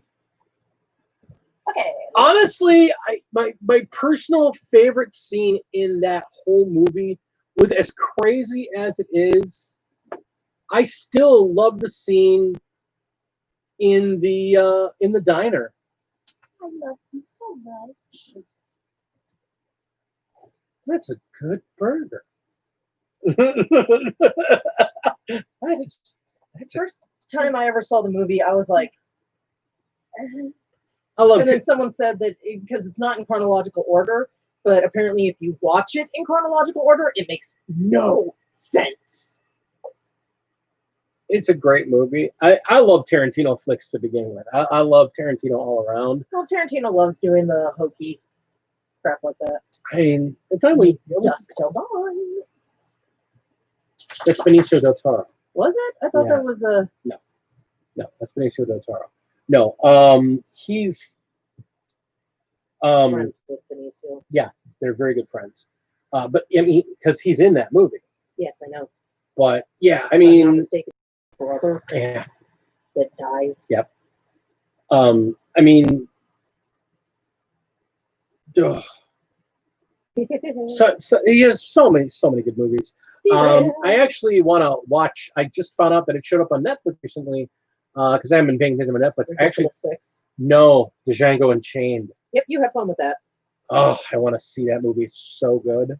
I think it's funny just, talking about the behind the scenes of it. I guess there's a scene where Leonardo DiCaprio's character who's supposed to be like horrifically racist, is supposed to be calling Jamie Foxx's character some very not kind words, and Leo kept screwing up the scene because he didn't want to say those because he didn't want to be offensive.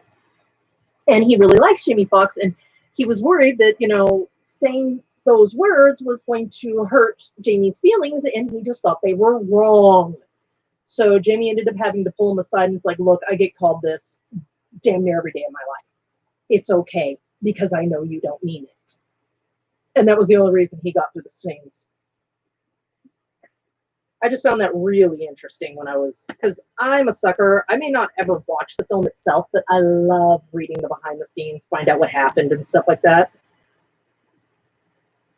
I'm a nerd like that. It's just I didn't think this was a Tarantino flick. I thought it was a Benicio del Toro. I think they worked on it together. I mean, I know he's in it, but I don't think it's an actual him. Kill Bill is just absolutely wonderful. Such good films. That's where she would like it. How many people I had to explain who were bringing their children to see that film that it was rated R? Can't keep people from being dumb. Nah, my favorite was people going in to see that because the commercials made it look like it was a kid's film. What commercials made Kill Bill look like a kid's film? All the ones that didn't have the red band. That did not look like a kid's film to me, but there was another one where I had to explain to people. Bad News Bears was another one. Having to explain to people, that's not a kid's film. That's messed up because the original one was a kid's film. But kids' films changed over the years. I mean, PG-13 was meant to be a movie for teens, and now it's pretty much everything's rated PG-13 now. There's no such thing as PG or G anymore. Although there is G. There's definitely G. Disney is G. So that's the whole thing. They've now turned G movies are I don't know. Why don't you start? Oh yeah, you're gonna get me on this topic and you get me about how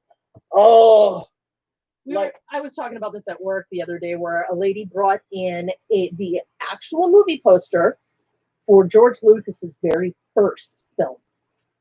Oh, TX88. Mm-hmm. She wanted it framed. That was a big, big thing. Well, she didn't want to spend that much money.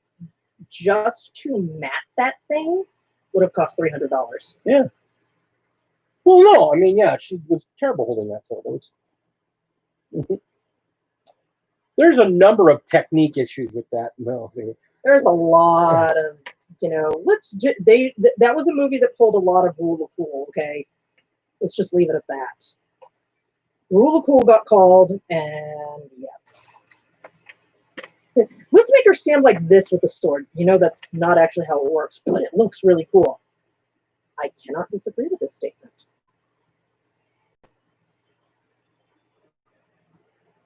Don't mind me, folks. I'm on step number whatever of my undercoating at this point, where I am now adding the non-oil in to get my shadings and to get recesses and stuff like that. Stop yawning. Jeez. Wow, for once it's not me who's yawning, guys. Yeah, I don't know what's going on here. Hello, brother dear. Hello, brother. The big brother that taught me. So yeah, But yeah, no, anyway, what I was saying about the whole movie thing is we were talking about how things have changed versus when that movie came out, because that movie was only PG-13 or PG. Was PG. And nowadays it would be actually R. Oh yeah. Well, and it's a thing. It's really crazy. You look at just look at cartoons in general. I mean, come on, Gargoyles. You look at the original PG-13 movie. The very first PG-13 movie was Red Dawn, the original one. And nowadays, That's an R. That's a hard R. That's not even a. That's not even a. Oh well, it's on the border. Nowadays, that same movie is a hard R. There are certain things that have become more acceptable and certain things that have become less acceptable, and it's just weird. Violence apparently is one of the things that has become acceptable. Language, not so much. Violence has become acceptable, but blood has become not acceptable. You show blood, you're immediately popping into an R rating, or you show an excessive amount of blood, and you show somebody dying due to violence. You're immediately moving. If you show the direct cause and effect of violence, you're immediately moving into a hard R territory. You know what else is funny? What's also in our territory? Say the F word twice. I kid you not, if you say the F word twice, automatically get an R rating. Doesn't matter what the rest of it is. It's those two F words. You can say it one time, and it's an automatically PG-13 rating. Do you want to know how I know this? Be cool. They talk about it. They say it one time. Guess what the rating of the shit movie is? PG-13. In all honesty, that movie shouldn't be a PG-13. It should have been PG. But nope. Yeah, and it's funny like that because there are certain movies that I remember as a kid. Lost Boys. Lost Boys was R rated. Was it? Oh yeah, which was funny because Lost Boys was R rated because of the amount of violence and gore in the thing, but teenagers were getting in there just fine. Because I went and saw it when I was 14. No, that's because they. Yeah. No, and that's the thing. Don't get me wrong. I don't disagree with it in all cases. It's just Sometimes it's a little excessive. I still remember one of the funniest movies that I remember. My sister took me to go see a movie called Blue Thunder.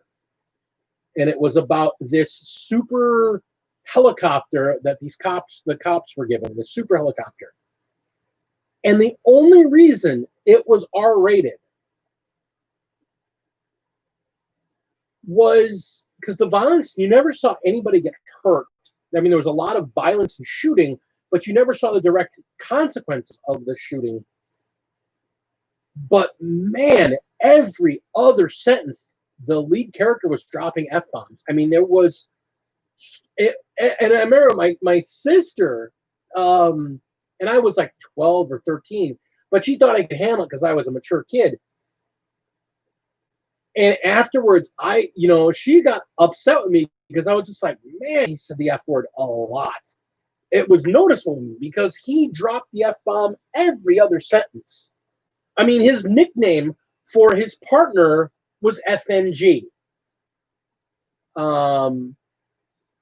which is the effing new guy. And they just called him FNG, and the guy didn't know what FNG stood for. Yeah. Yeah. And they did a remake of it recently. Yeah. Yeah, and it's just weird to see how movie changes because there's certain movies that were lighter rated back in the day and have now would have become heavier rated. And there are other movies back in the wasn't Lord of the Flies considered PG for content? Possibly, I don't know. There are also other movies that were considered harder rated back in the day that have become like the original Rescuers. That was such a screwed up movie. But it was PG.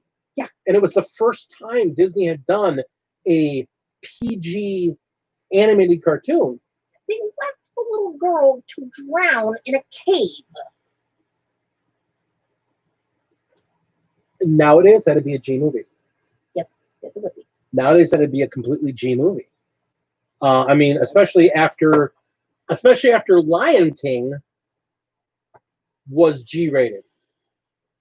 Tarzan was G rated. I still think that Tarzan has one of the worst. The harshest death for a Disney villain. I mean, probably those are the two movies that have, off the top of my head, the two harshest deaths of the bad guy in any Disney movie. Well, actually, in Lion King, they determined that Scar didn't die. That's Scar- on, they show that in the TV show later, but no. It was actually something that they talked about. Was even before the TV show came out, was that Scar actually didn't die as a result of the hyenas attacking him. You know, that's very true, Kaiser. Funny enough, in the military, the F word is seen the same way. It's not even seen. You don't use it around officers, but Disrespectful. but no, only around civilians.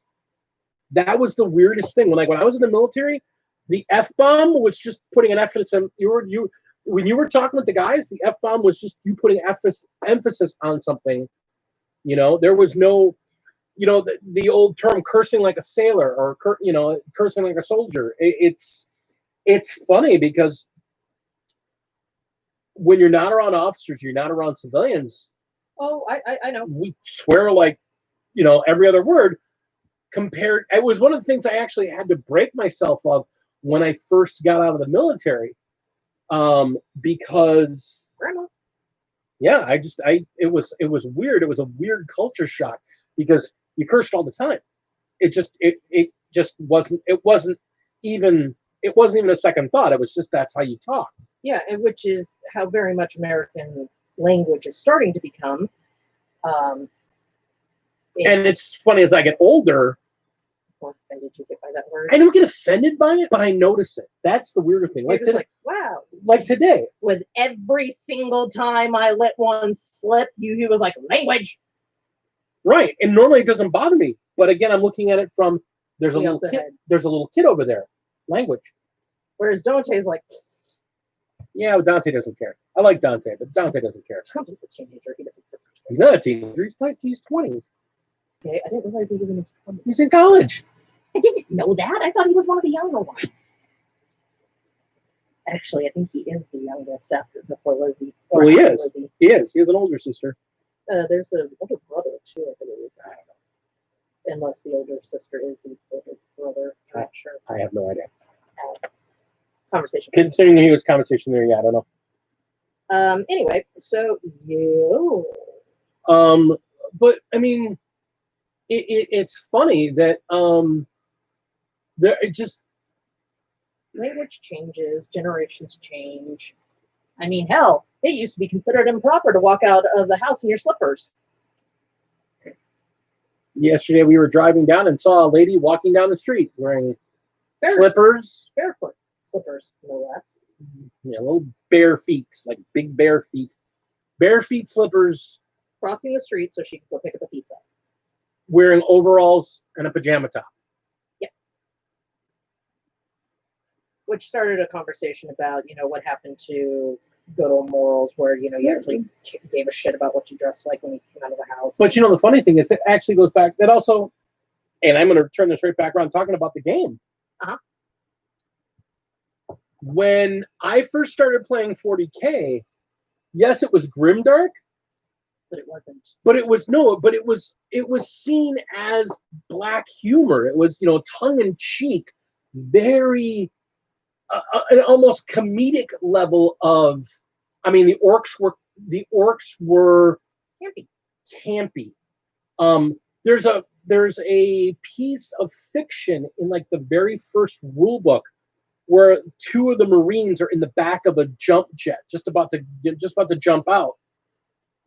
And they give each other an ancient sign invoking the emperor for good luck.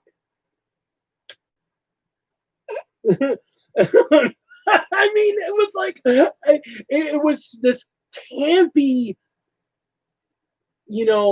apocalyptic, grim, dark. And that, dear children, is why the all of the Imperial Guard look like they're Nazis. But that's the thing. Like, they start off as this much more campy. Yeah, I mean, that's the thing. You look at like the original Noise Marine.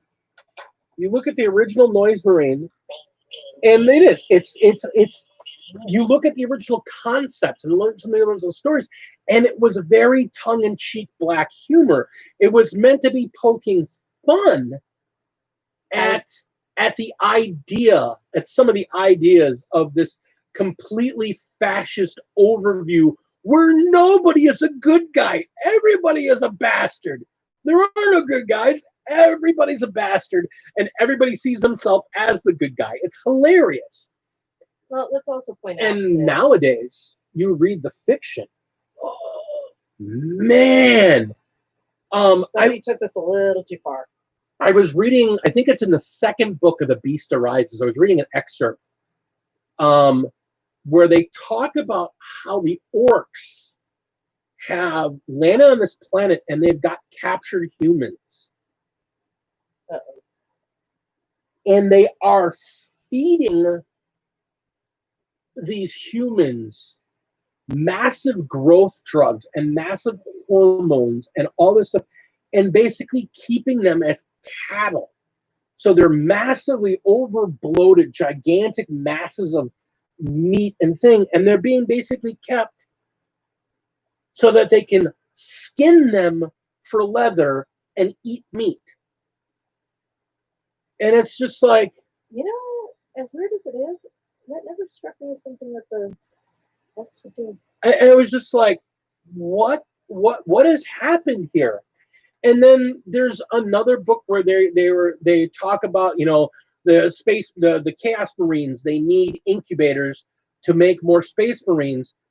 And So what does Fabius File do? I think it's Fabi's File, where they take human women and turn them into incubators.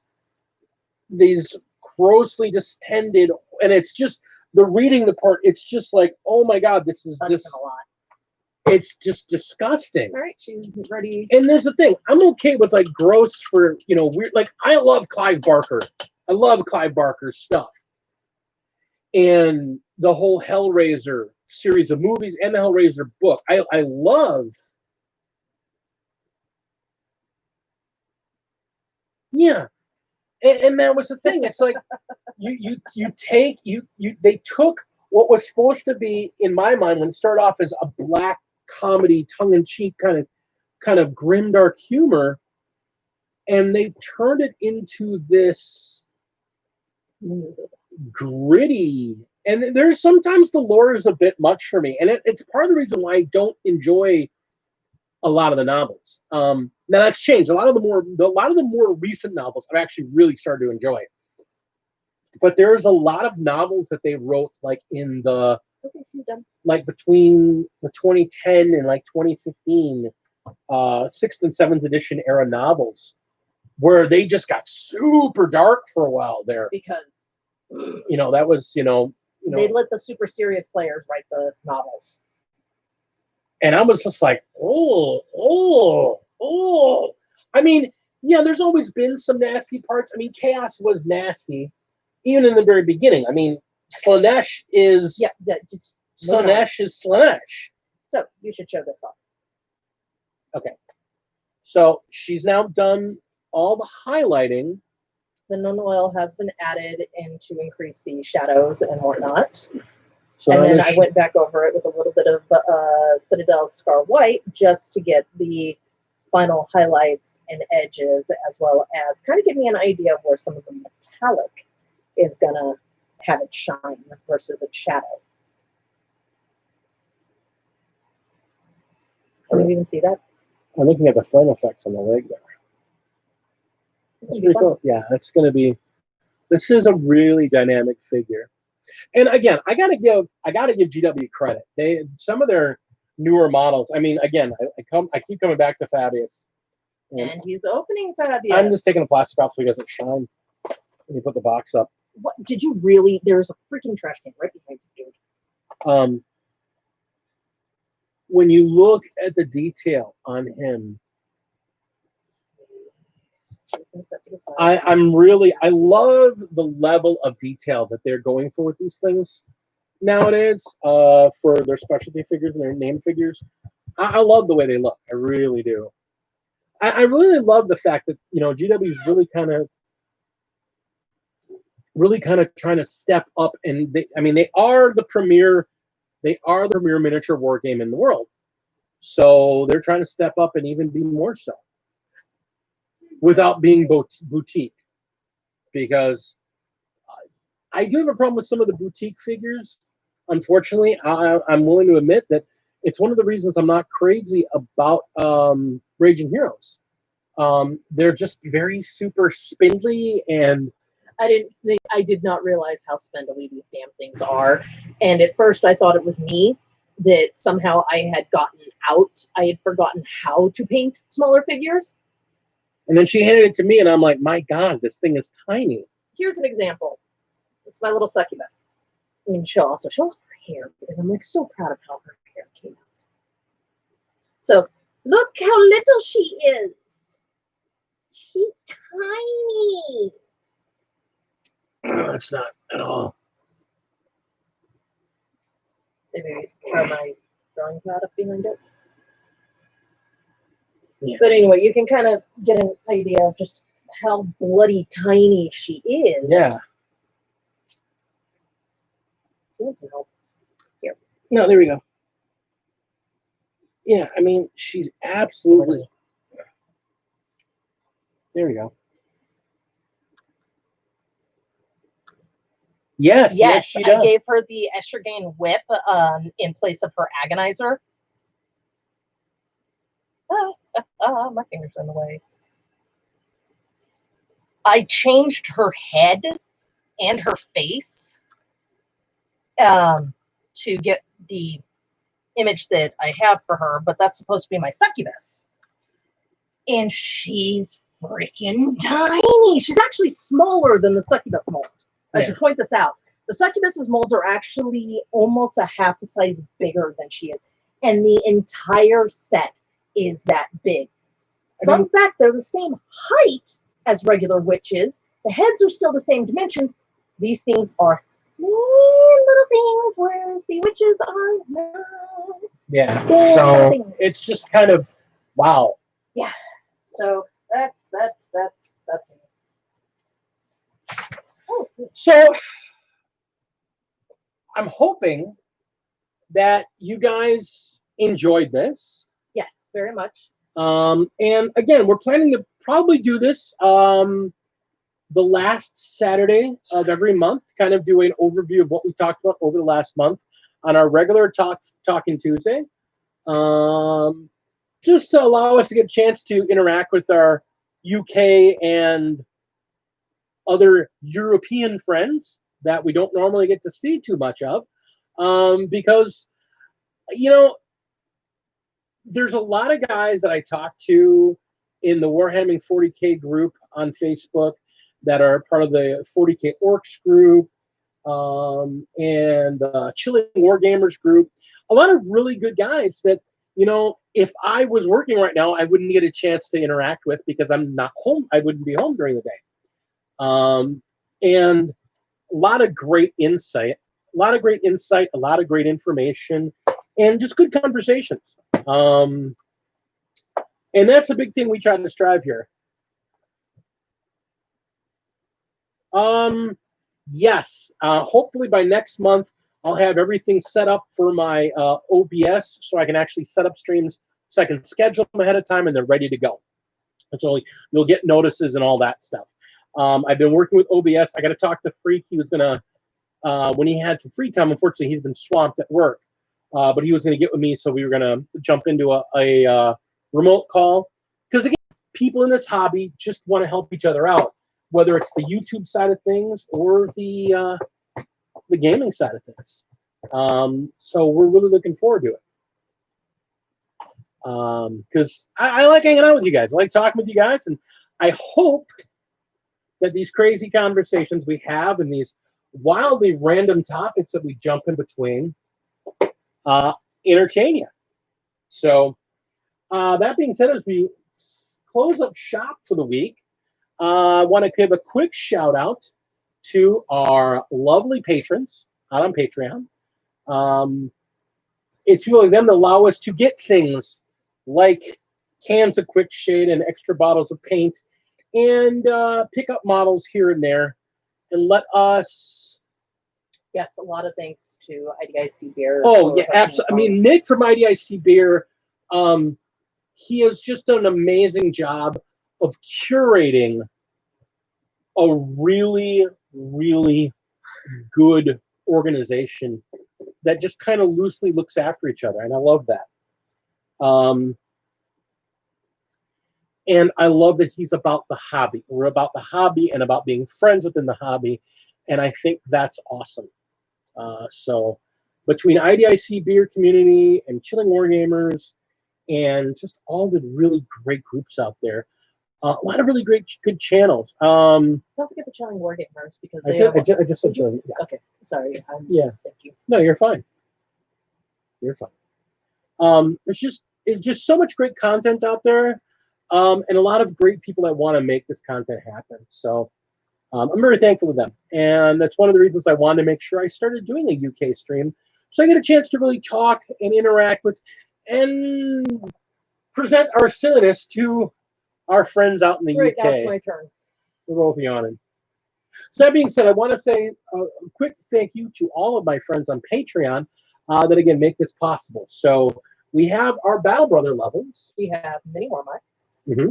We have Quisitor Zane. Inquisitor Zane, yes, who has been absent recently. I believe he has been working quite a bit and been taking online classes. So That's great. he's been very busy. We have our Battle Leader level, which is Joe Bookish. Joe Bookish. And Our man. Peppa. Yes. Sorry, I don't know which level But I'm everybody is. But I'm pushing her to just remember this so that she remembers to do this on the times that she does this when I'm not here. I just say thank you to all my Patreons. Here's your names. And then we have our 3 Warlord level Patreons. That is the Master Modeler. That would be the legend himself, Alex Drake. We have the Commodore, our own personal Smash Captain and best friend. And then we have... Come on now. We know who this is. Clapped him. Oh, James Weeks! Who I haven't seen in a chat setting in a while. We have him in our Discord. Well, he's working crazy hours as a trucker here in the U.S., so pray for him because things are a little crazy out here. So that being said, thank you to all of them. Yes. Thank you to all of you. Because their contributions make it possible for us to keep up on the supplies we need, from zip kicker to glue to the paints to even allowing us to purchase models or upgraded pieces for our projects and our airbrush. That being said, also, if you're not a subscriber, please hit that subscribe button. Ring that bell so you know when we're going to be doing one of these crazy shows. If we entertained you or informed you in any way, shape, or form, please hit that like button. That like button lets YouTube know that we're doing a good job for you. So, and it'll let them push more people so that we can help expand this lovely community of gamers. Yep.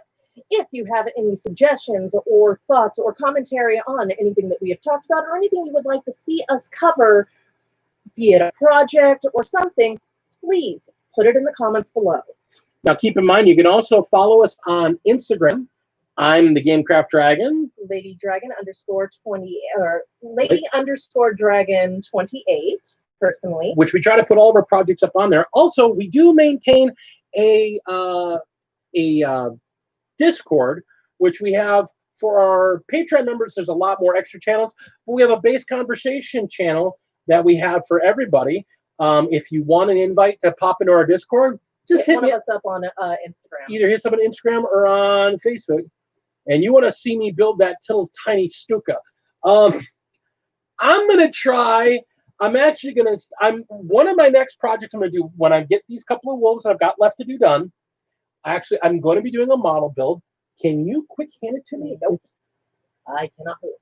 Okay. I'm going to quick go grab it before we get out of here. I want to show you my next project. Well, he talks about that. I'm going to talk about a fact that the Frosted Fist is actually going to be potentially uploading a video for a contest / community thing that we had thrown about as inspired by 40K a day that you can find on Instagram. Highly recommend you check them out. Follow them. They're awesome. Where we will be painting a figure based on a color scheme from something like a soda, a battery, a bag of chips, something like that. They did a whole sting of it.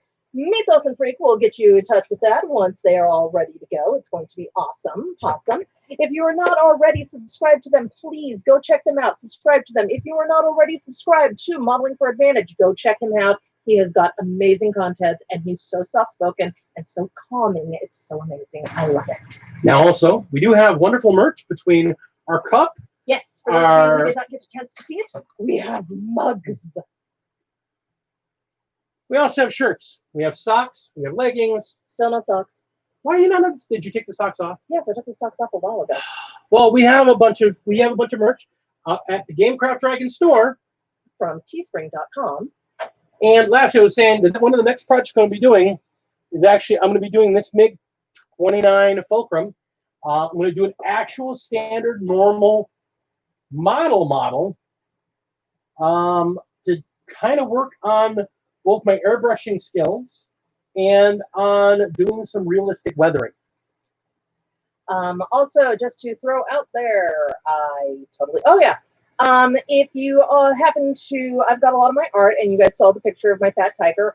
If anybody has any requests, I do take commissions. Please hit me up on Instagram, and I can let you know pricing. And if you so desire it, I am also been doing the large girl paintings or figures by the Artisans Guild. Also, for any requests, just wanted to let you know about that. So that being said, we're done begging for your money. I'm Big D. I'm Lady Dragon. Epic your board. Epic your life. Epic your game. Game on, guys. Thank you so much. We'll see you on Tuesday. Take care.